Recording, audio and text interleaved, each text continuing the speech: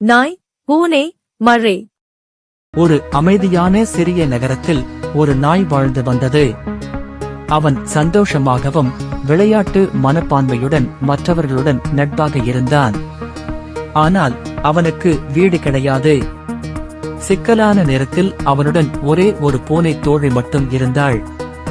நாய்க்கு பசித்த போது பூனை தன்னுடைய உணவையும் மழை காலத்தில் தன்னுடைய கூரையையும் பகிர்ந்தாள். அவர்கள் மிக நெருங்கிய நண்பர்களாக இருந்தனர். பிறகு எல்லாமே மாறியது. ஒரு பணக்கார குடும்பம் நாயை தத்தெடுத்தது. அவனுக்கு மென்மையான படுக்கை, பிரகாசமான கழுத்தணி மற்றும் சுவையான உணவுகள் வழங்கினர்.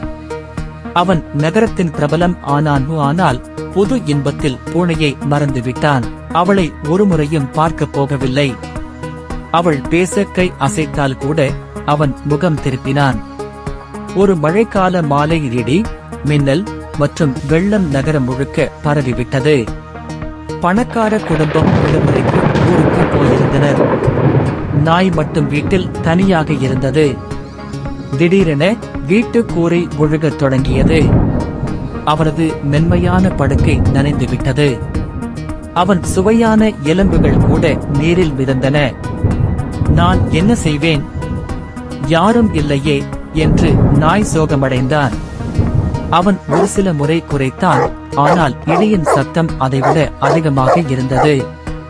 கதவை திறந்து வெளியே செல்ல நினைத்தான், ஆனால் அதை திறக்க முடியவில்லை. அந்த சமயத்தில் ஜன்னலின் அருகே ஒரு பரிச்சயமான நிழல் தோன்றியது. அது அவரது பூனை தோழி. அவள் நிழற்கொடியைப் போல ஒரு பெரிய இலை மற்றும் ஒரு கயிறு கொண்டு வந்திருந்தாள். பிடிச்சுக்கோ என்று அவள் கூப்பிட்டாள். அவளது புத்திசாலித்தனத்தை பயன்படுத்தி வீட்டின் பின்பக்கம் ஜன்னல் வழியாக நுழைந்தாள். அவள் நாயை மெதுவாக வெளியே கொண்டு வந்தாள். இருவரும் சேர்ந்து ஒரு பழைய கோயிலுக்கு பின்புறம் உள்ள ஒரு உலர்ந்த இடத்தை அடைந்தனர். நான் உன்னை மறந்தேன், ஆனால் நீ என்னை மறக்கல என்று நாய் சொன்னான்.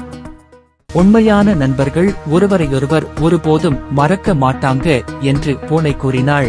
மன்னிச்சிடு என்று மெதுவாக சொன்னான். அந்த நாளிலிருந்து நாய் மாறிவிட்டான். அவளுடன் தன்னுடைய ஸ்நாக்ஸை பகிர்ந்தான், கதைகளை கேட்டான், அவளை தன்னுடைய மென்மையான படுக்கையில் தூங்கவிட்டான்.